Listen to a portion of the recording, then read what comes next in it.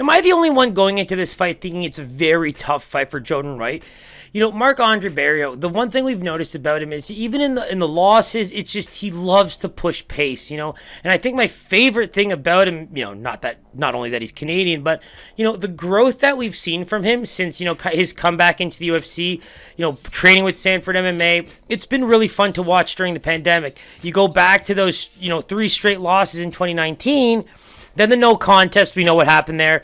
Then he comes back. Abu Zaiter, that was a huge. I want to say he was a huge dog in that fight, and just Abu was not able to keep up with that with the pace, and he was able to score a big 3rd round win there. And then you got the Delchev fight, which I think he did phenomenally well in. But then we got the Chidi fight, right? And Chidi's striking there was so on point, and the power generation was so clean that Mark took a massive blow. And the good thing about that fight is it set him up for something like this Jordan Wright fight, right? If there's one thing we're going to say, the guy's got plenty of experience, was a TKO vet here in Canada, but at the end of the day, he's still got a 4-2 UFC record. 4-2 and a no contest. Jordan Wright, he's had some issues.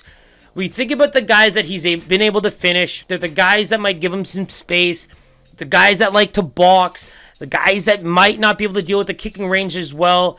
And he was able to get those big wins. But for me, this fight is just so different, right? Is Jordan going to be able to get that space to set things up? Look at a Bruno Silva loss, for example. Bruno Silva is a guy that pushes forward, and he's got power and also can level change. But his first round ability is insane. His volume and pressure is where, Bruno Silva has just become such a quick, fun fighter to enjoy in the UFC. And I think this is going to be a troublesome fight for Jordan, and the big reason is just pace. I think that he's the kind of guy that wants that space between you. He wants to distance strike. He wants to pick his shots well, set up those 1-2 combos, land those big kicks.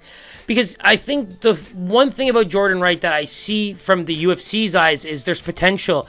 There's knockout potential. He's got a fun-loving character. Beverly Hills Ninja, what a nickname. There's a lot that's there that's, marketable. But at the end of the day, if he's getting lit up on the feet, which is where you expect him to do well, it's not doing so much for either guy. And so that's where, 2-3 now. But he's actually, never lost back-to-back fights. So that's kind of interesting to see for a guy like, Jordan Wright, who should technically be on the verge of a win here. But pace is going to be the issue. If you want to create space, you got to have that footwork. You got to be moving, and you got to land. I think a guy like Marc-Andre Barriault is, if you can't scare him with your strikes, he will walk through them. So for me, if you're thinking from a Jordan Wright, path to victory perspective, you got to set up those kicks with some nice jabs, get some good combos going, and then really find your range. Because once you find the range and you can tire Marc-Andre out a little bit, you should be able to set things up a bit more. If you can't do that in the early parts of this fight, I think Marc-Andre is just he's gonna burn through this boy. And the only reason I say that is because the Chidi fight, there was a huge athleticism factor there. I don't see Jordan Wright as an athlete of that caliber. I see him as a great martial artist. And one thing you're going to learn, especially where this sport is going, we're going to be differentiating a lot between the athleticism and the classic mixed martial artists. Because that is what's creating champions. Kamaru Usman is a athletic, MMA god. Like, that's where I see him. George St. Pierre, athletic. And Cain Velasquez, for his time in the UFC as the heavyweight champion, athletic. That's the area where we're seeing such a tide, a tide shift for that. And in this case, it could be a big problem for Jordan Wright, because I think Marc-Andre Barriault is not only getting better as an MMA fighter, but he's looked like a better athlete. So I really think that this is one where,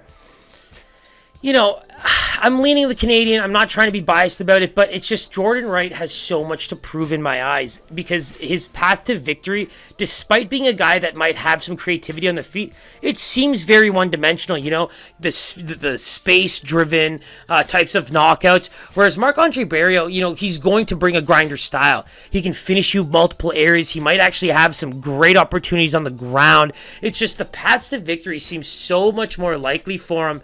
And at the end of the day, though, if he gets knocked out, he gets knocked out, right? So right now, I think Jordan Wright should be a favorite, about minus 140, minus 150. I think this could be close to a pick 'em. And the only reason I say it is there's a bit of hype. He's got some love. He's got a fan base. But, again, just like Dwight Grant, even though I saw Sergey as a favorite there, ended up being a pick 'em. You know, Wright maybe a slight favorite here, but I do like Marc-Andre in this fight. So let's take a look here. You know, I'm actually okay with this line. We've got an open of plus 135 for Jordan Wright. And even now I'm thinking why I thought he was the favorite. And I think once, you know, you get knocked out a little bit in the UFC, it tends to play a part of me where I see public perception going. But, again, I think there's phenomenal value on Marc-Andre Barriault at minus 156, now minus 165 on Pinnacle. But minus 165 to me for Marc-Andre Barriault is definitely a price I'm willing to pay, and I think that has a lot to do with just where I can see this fight going and where I see him having success versus, you know, Jordan Wright's path to victory. And if this stays standing, you know, for the first round or two, you know, he's going to have an opportunity. So stay tuned for that one. I think it's either going to be an absolute grinder for 3 rounds, or it's going to be one where we see a man just go see that.